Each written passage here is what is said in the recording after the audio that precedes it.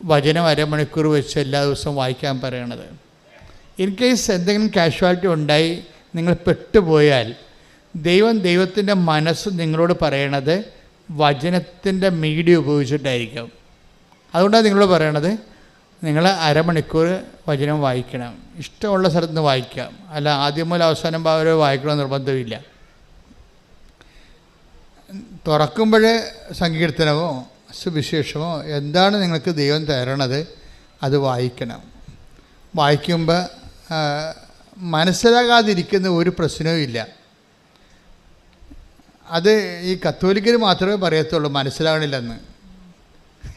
ബാക്കി എല്ലാവരും പറയും പെട്ടെന്ന് മനസ്സിലാകുന്നുണ്ടെന്ന് പറയും. അത് നിങ്ങൾ അന്വേഷിച്ചാൽ മതി എന്താ കാര്യമെന്ന്. ഇത് വായിക്കാൻ ഭയങ്കര പാടാണ്, മനസ്സിലാകുന്നില്ലെന്ന് കൂടുതൽ എന്നോട് പറഞ്ഞിരിക്കുന്നത് എല്ലാം കത്തോലിക്കരാണ്. പെട്ടെന്ന് മനസ്സിലാകുമെന്ന് പറയുന്നത് ഹൈന്ദവ സഹോദരങ്ങളാണ്.